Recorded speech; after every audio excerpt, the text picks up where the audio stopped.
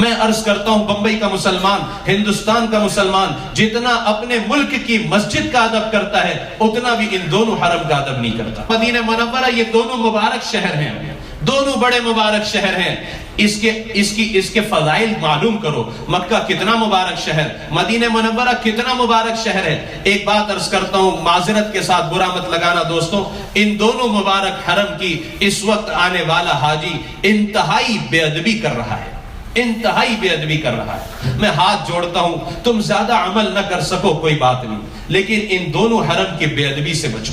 اس حرم کا حال دیکھو ہم نے کیا کر دیا ہے۔ لوگ مجھ سے پوچھتے وہ کیا ہوا تھا، کرن حادثہ کیسے ہوا تھا، مینا میں حادثہ کیسے ہوا تھا، وہ 2 سال پہلے مدینہ شریف میں کیا ہوا تھا۔ میں نے کہا وہ جو کچھ ہوا تھا وہ ہماری بے ادبی اور گستاخی کی وجہ سے ہوا تھا۔ ہم یہاں آ کر کیا کر رہے ہیں دوستو؟ میں عرض کرتا ہوں بمبئی کا مسلمان، ہندوستان کا مسلمان جتنا اپنے ملک کی مسجد کا ادب کرتا ہے اتنا بھی ان دونوں حرم کا ادب نہیں کرتا۔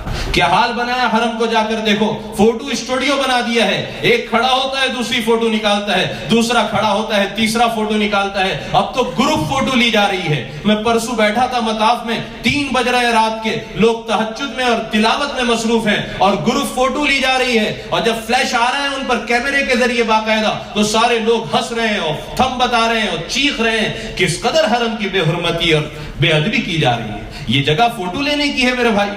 مقام ابراہیم پر دیکھا لڑکیوں کو، بچیاں میری بہنیں سیلفی لے رہی ہیں، سیلفی اسٹک کے ساتھ فوٹو لی جا رہی ہے۔ حرم کی حرمت کو کس قدر پامال کیا جا رہا ہے۔ یہاں تو تمہاری سانسیں رک جانا چاہیے۔ یہ اول بیت ہے، یہ اللہ کا گھر ہے، یہ بے ادبی اور گستاخی کی جگہ نہیں ہے دوستو۔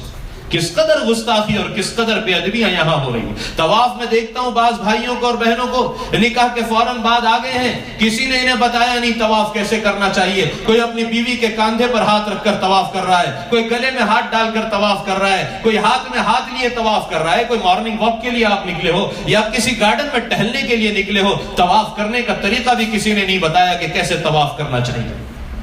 اس قدر بے ادبی ہے، اس قدر جسارت ہے۔ انہوں نے پچھلے 2-3 سال سے کرسیاں رکھنا شروع کی ہے، یہ ضعیفوں کے لیے رکھی ہے جو اپنے بمبئی کی مسجدوں میں، ہندوستان کی مسجدوں میں بھی نیچے نہیں بیٹھ سکتے، اپنے گھروں میں بھی نیچے نہیں بیٹھ سکتے، مجبور ہیں وہ کرسیوں پر بیٹھنے کے لیے۔ ان کے لیے انہوں نے کرسیاں رکھی۔ ہمارا جوان بھی دھڑلے سے کرسیاں استعمال کر رہا ہے، پورے حرم کو، پورے مطاف کو یعنی اسٹیڈیم بنا کر رکھ دیا ہے، ہر کس و ناقص کرسی پر بیٹھا ہے۔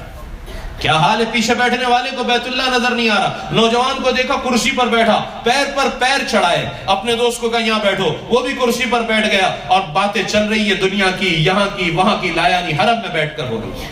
اب تو اللہ معاف فرمائے، مطاف میں بھی وہ آنکھیں نظر نہیں آتی جو بیٹھ کر محبت سے بیت اللہ کو دیکھنے والی ہوں۔ ہمیں دوسروں کی کمی نہیں دیکھنا ہے، لیکن ہم یہ نہ کریں اس کے لیے کبھی ذرا بیٹھے ہوئے مجمع کی آنکھیں دیکھو جو مطاف میں بیٹھی ہوئی ہے، مطاف میں بیٹھ کر بھی یہاں دیکھ رہا ہے، وہاں دیکھ رہا ہے، بیت اللہ کو دیکھنے کی توفیق نہیں ہو رہی۔ 120 رحمتیں بیت اللہ پر نازل ہو رہی ہیں، اس میں 20 صرف دیکھنے والے کے لیے ہے، لیکن وہاں بیٹھ کر بھی بیت اللہ کو محبت کی نگاہ سے نہیں دیکھنا۔ میں نے ہمارے ہندوستان کے ایک بڑے عالم دین ایک بزرگ کو دیکھا، انتقال ہو گیا، اللہ ان کی مغفرت فرمائے۔ جسم بہت زیادہ بھاری تھا، ویل چیئر پر جب مطاف میں رات کو ان کو لایا جاتا تھا، ایسے ٹکٹکی لگا کر بیت اللہ کو دیکھتے تھے کہ پلک بھی نہیں جھپکتی تھی، ایسے بالکل دیکھتے تھے آنکھ۔ اب تو وہ آنکھیں بھی نظر نہیں آتی کہ جو بیت اللہ کو یہ میرے رب کا گھر ہے۔ محبت کے ساتھ کچھ دیر بیت اللہ، میں آپ سے کہوں ہم میں سے کتنے ہیں جنہوں نے 15 منٹ بالکل نظر لگا کر بیت اللہ کو دیکھا ہوگا؟ نہ ہم اپنے بچوں کی عادت ہم خود ہی نہیں کرتے۔ میں نے اپنے بیٹے سے کہا 2 مہینہ پہلے، دیکھ بیٹا اگر 10 منٹ تک کنٹینیو تو نے دیکھا نا بیت اللہ کو محبت سے، تجھے فلاں گفٹ دوں گا۔ اس نے موبائل پر الارم لگائی اور وہ دیکھنے لگا۔ میں نے کہا دیکھ گفٹ کے لیے مت دیکھنا، اللہ کا گھر ہے اس لیے محبت۔ اب ہم خود ہی نہیں دیکھتے، ہم اپنے بچوں کو کیا کہ توفیق ہی نہیں کہ بیت اللہ کو، اللہ کے گھر کو محبت کے لطف دیکھ لیں۔ اب تو ایسا تماشا ہوا ہے میرے بھائیوں کہ اذان ہوتی ہے تو ہم کلوک ٹاور کو دیکھتے ہیں، اس سے نکلنے والی لائٹ کو دیکھتے ہیں۔ فجر کی اذان میں آپ دیکھیں مطاف میں کس قدر تماشا ہے۔ اذان شروع ہوئی، کلوک ٹاور سے لائٹ نکلی، فوراً مووی بننا شروع ہوتی ہے۔ پہلے وہ کلوک ٹاور کی مووی بناتا ہے، پھر پورے سارے حرم کی بناتا ہے، پھر پلٹا کر اس میں اپنے آپ کو لیتا ہے۔ میں بھی موجود ہوں اس وقت حرم میں۔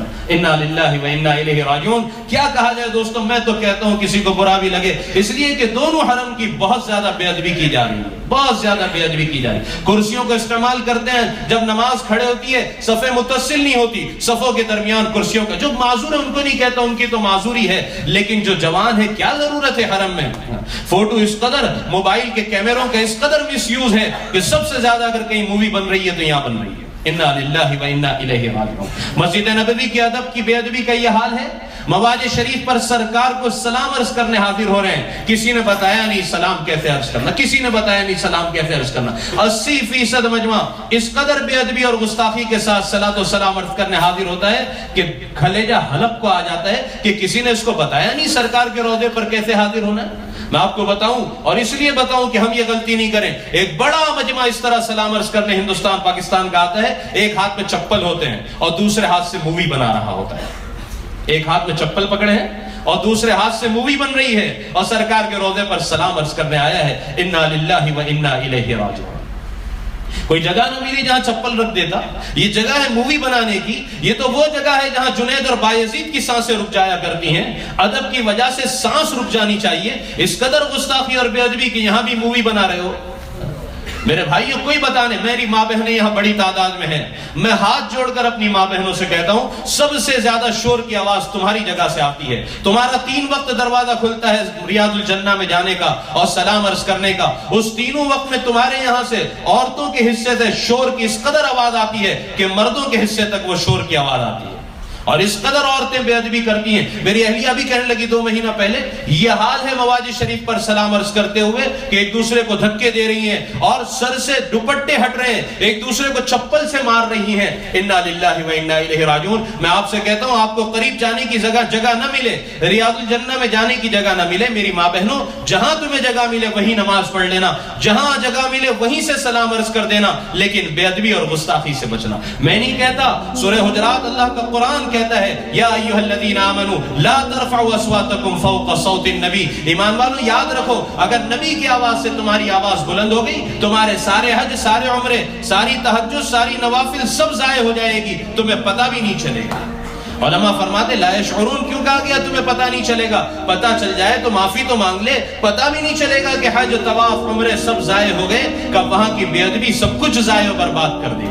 اس لیے وہاں کی بے ادبی، یہاں تو کہا لبیک لبیک چیختے ہوئے آؤ، دوڑو، چلو، بھاگو، لیکن مدینہ منورہ ادب کی جگہ ہے، قدم بھی آہستہ رکھنا۔ میں جانے والوں سے کہتا ہوں تھوکنے کی ضرورت پڑے خبردار مدینہ کی زمین پر کبھی نہ تھوکنا، پولیتھین بیگ میں تھوکنا، ڈسٹ بین میں جا کر تھوکنا، مدینہ منورہ کی زمین پر براہ راست نہ تھوکنا، مدینہ منورہ کی کسی چیز کو برا نہ کہنا۔ صرف کسی نے اتنا کہہ دیا مدینہ کی دہی کھٹی ہوتی ہے، سرکار خواب میں تشریف لائے، فرمایا نکل جاؤ یہاں سے، جہاں کی دہی میٹھی ہو وہاں چلے جاؤ۔ مدینہ منورہ کی کسی چیز کو آپ نے فرمایا جو مدینہ والوں کے ساتھ دغا کرے وہ ایسے گھل جائے گا جیسے نمک پانی میں گھل جایا کرتا ہے۔ مدینہ والوں کے ساتھ برائی کا ارادہ نہ کرنا، مدینہ منورہ کی کسی چیز کو برا نہ کہنا، مدینہ کی زمین پر براہ راست نہ تھوکنا۔ مدینہ منورہ انتہائی ادب کی جگہ ہے دوست، انتہائی ادب کی جگہ ہے۔ کیا کرنا؟ یہ آداب کے بعد آخری بات درود پاک کا اہتمام۔